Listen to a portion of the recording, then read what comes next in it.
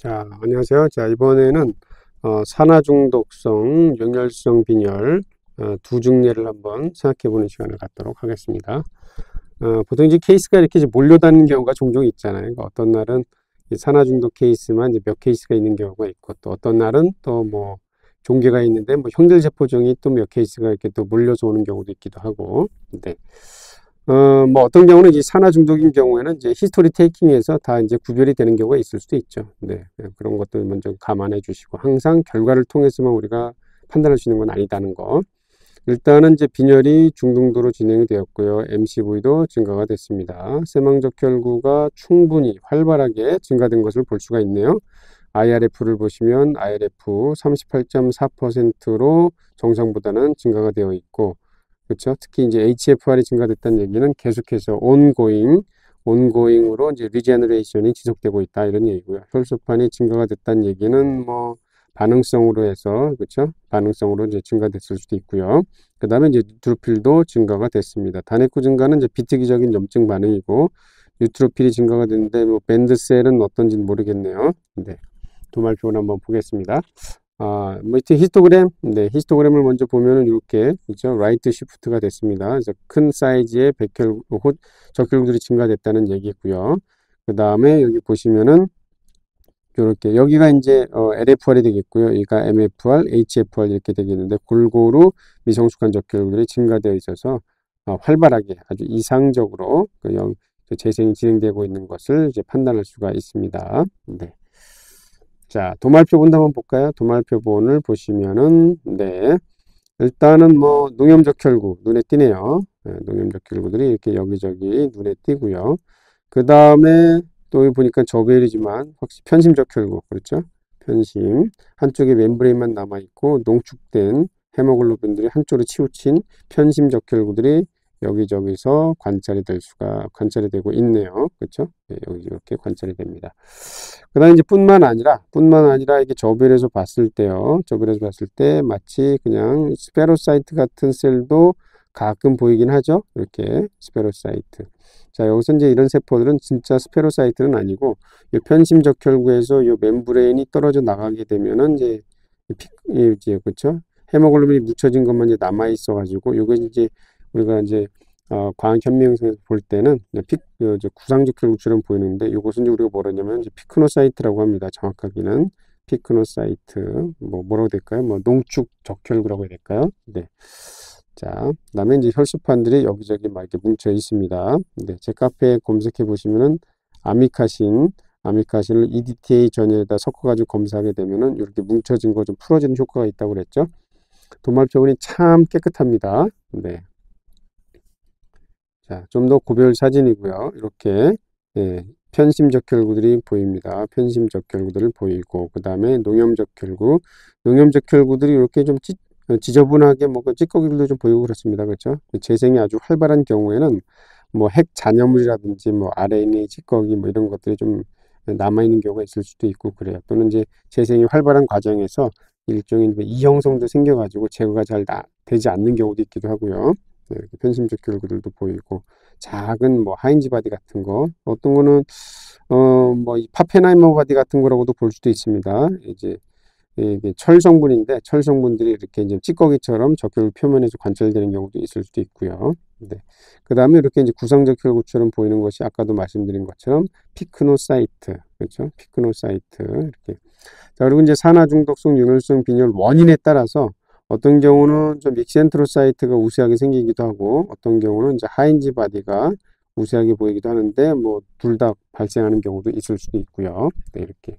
자, 여기서도 다시 한번 이제 CBC 검사 결과를 보시면 MCH하고 MCHC가 뭐 증가되거나 또 이런 변화는 없죠. 자, 이렇게 용혈성 빈혈이니까 MCH하고 MCHC가 증가할 것 같지만 반드시 증가하는 건 아니다 이런 얘기예요. 그런 의미에서 이 MCH하고 MCHC를 어떤 용혈의 근거로 삼는 것은 용혈의 근거로 삼는 것은 좀 조심스럽죠. 네, 그래서 MCH하고 MCHC가 증가하지 않았다 하더라도 얼마든지 용혈은 있을 수 있다는 거 또 다시 한번 말씀드리고요. 제가 이제 이 케이스를 의뢰한 병원에는 제가 이제 전화를 들어보진 않아가지고 정확한 임상 소견은 잘 모르겠는데요. 네, 이렇게 봤을 때는 좀 평범한 우리 임상에서 흔히 접할 수 있는 그런 산화 중독성 역류성 빈혈, 뭐 양파를 먹었다든지 뭐 이런 노출된 게 아닌가 뭐 이런 예상을 좀 해봅니다. 제가 이번에 좀 공유하고 싶은 건 뭐냐면 바로 이 케이스인데요. 네, 이 케이스. 제 강의를 들어보셨던 분들은 기억하실 텐데 빈혈이 있는데 재생성이 활발하다 이럴 때는 항상 라디오그래피 하는 거 추천드렸죠. 특히 이제 위내에 이물이 있는가 꼭 확인하는 거 중요하다고 그랬습니다. 위내 이물을 조기에 찾지 못해가지고 이것 때문에도 뭐 안락사나 뭐 폐사에까지 이런 경우도 있을 수도 있긴 하거든요. 그 다음에 이제 아연 중독 같은 경우에는 이제 사실 이게 이제 아연 중독 때문에 그런 건데 이 아연 중독인 경우에는 단순히 임상 증상이 구토만 있고 초기에는 빈혈이 관찰이 안 될 수도 있고 그래요. 그러니까 어디가 아프다 그러면은 이제 영상으로 이제 전체적으로 훑어보는 거는 되게 중요한 것 같습니다. 자, RBC를 보면은 빈혈이 중등도로 있고요. MCV도 증가가 됐고 고양이와 다르게 개에서는 뭐 그래도 MCV가 증가가 됐다 그러면 일단 기대감이 생기죠. 재생은 있겠구나. 그래서 RDW는 18.4인데 왜 빨간색으로 표시했을까요? 그렇죠? 네, 이것은 이제 실수겠죠. 자, 레티큘로사이트를 보니까 뭐 재생도 좀 진행이 되고 있습니다. 이 장비는 IRF는 제시가 되지 않는 장비라 뭐 아쉬움을 달래고, 자, WBC도 증가가 됐고요. 단핵구도 증가가 됐습니다. 네, 이제 비특적으로 염증이 있다는 얘기죠. 네.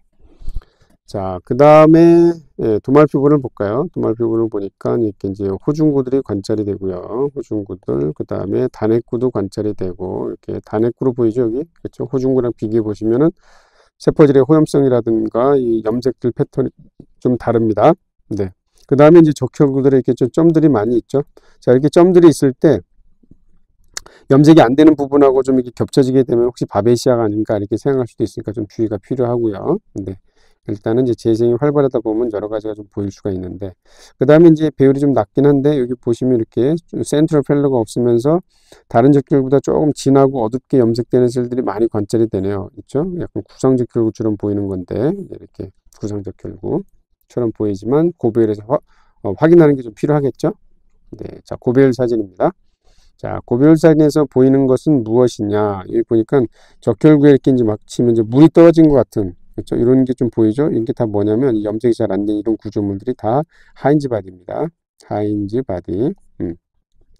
이 하인즈 바디처럼 보이는 것도 있죠? 전형적으로. 자, 이런 거 하인즈 바디로 볼 수 있고, 이렇게 하인즈 바디. 네. 하인즈 바디 보이고. 그 다음에 사실 이 적혈구들에서 보면 이렇게 이제, 그렇죠? 뭔가 이제, 염색이 좀 흐릿하게 좀 잘 안 된 부위가 적혈구 내부에서 좀 관찰이 되죠. 이런 것들도 사실 다 하인즈 바디라고 볼 수가 있습니다. 왜냐하면 이제 분명하게 하인즈 바디가 있기 때문에 하인즈 바디가 이제 몸체하고 겹쳐지게 되면은 잘 구분이 안 될 수도 있어요. 이런 것 돌출된 것도 있는데 돌출되지 않고 몸체랑 이제 겹쳐져 있는 것들은 이렇게 보일 수가 있습니다. 그다음에 이런 거는 완전히 그냥 구성적혈구처럼 보이잖아요. 이런 거는 아마 앞에서도 말씀드린 것처럼 지금 하인즈 바디가 있기 때문에 익센트로사이트도 생길 수도 있다 볼 수 있잖아요.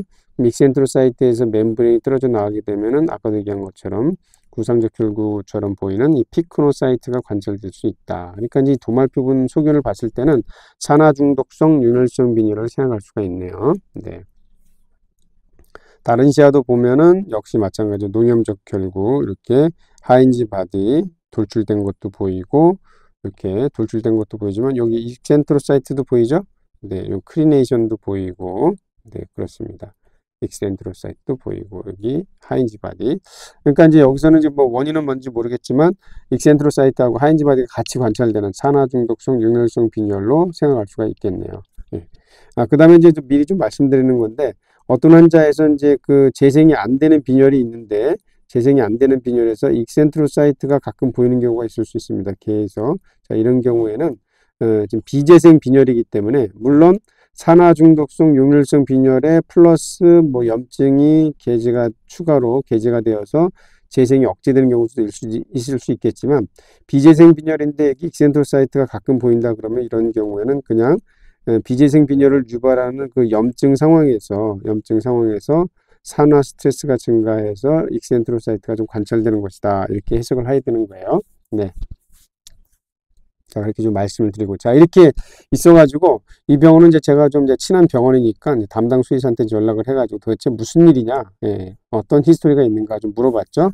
자, 그리고 이제 요 세포는 지금 용혈이 돼가지고 이제 멤브레인만 남아있는 겁니다.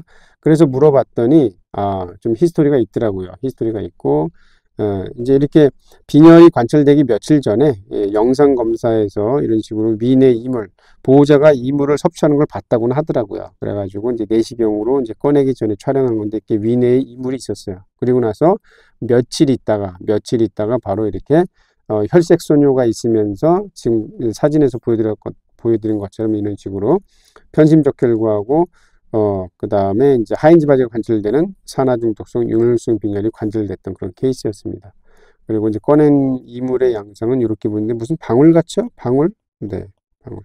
근데 이제 여기에 아마 이제 아연이 좀 묻어 있었던 것 같습니다. 그래서 아연은 보통 이제 아연 성분은 위내에서 이제 소화가 되면서 흡수가 되고 이제 독작용이 유발이 되거든요. 아직은 이제 정확한 기전은 알 수가 없는데, 네, 이 아연 중독이었습니다. 그리고 이제 환자의 이제 혈액 시료를 보내가지고 이제 아연 농도, 구리 농도 검사했는데 아연 농도가 레퍼런스 레인지보다 상당히 높게 증가된 것이 확인이 되었습니다. 네, 확인이 되었고, 네, 그래서 이 환자는 이제 위내의 이물에 의한 아연 중독에 의한 산화 중독성 융혈성 빈혈 그런 증리였습니다.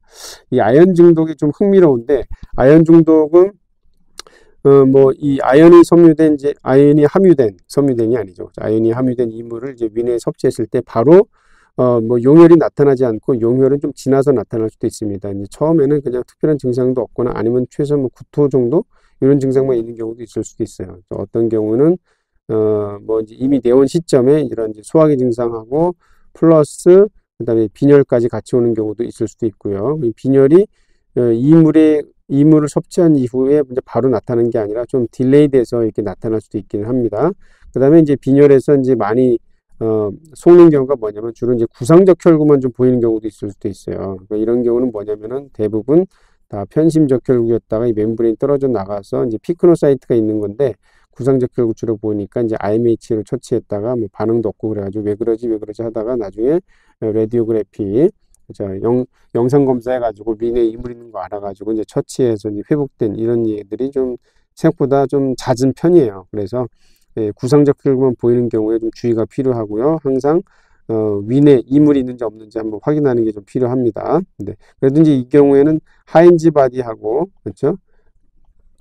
하인즈 바디하고 익센트로사이트가 같이 관찰이 됐기 때문에 익센트로사이트가 같이 관찰됐기 때문에 산화중독성 융혈성 빈혈을 좀 더 쉽게 진단할 수가 있었는데 그러지 않고 구상적 혈구만 보이는 경우에 좀 주의가 필요하다. 그래서 이런 경우에 항상 빈혈이 심한 경우에 또는 소화기 증상이 있는 경우는 항상 이 방사선 검사를 통해서 위내에 이물이 있는가 없는가 확인하는 습관을 좀 들이시면 좋을 것 같습니다. 네, 오랜만에 자, 우리나라에서는 이런 아연 중독은 좀 드문 편이긴 하지만 그래도 있을만 하면은 여기저기에서 가끔씩 아연 중독 또 융혈성 빈혈 사례들이 있으니까요. 좀 기억을 해 두시고 그다음에 제 카페에 뭐 논문 자료나 이제 몇 가지 사례들이 있으니까 한번 좀 보시고 참고하시면 도움이 되겠습니다. 아울러서 이제 이런 환자들에서 또 이제 메the모글로빈도 발생할 수 있습니다. 메the모글로빈은 이제 헤모글로빈이 이 산화중독성 융혈성 빈혈이 있는 경우에 이게 이제 헤모글로빈이 산화가 돼가지고 이제 기능을 잃어버린 그렇죠. 혈액을 이제 뽑게 되면은 이제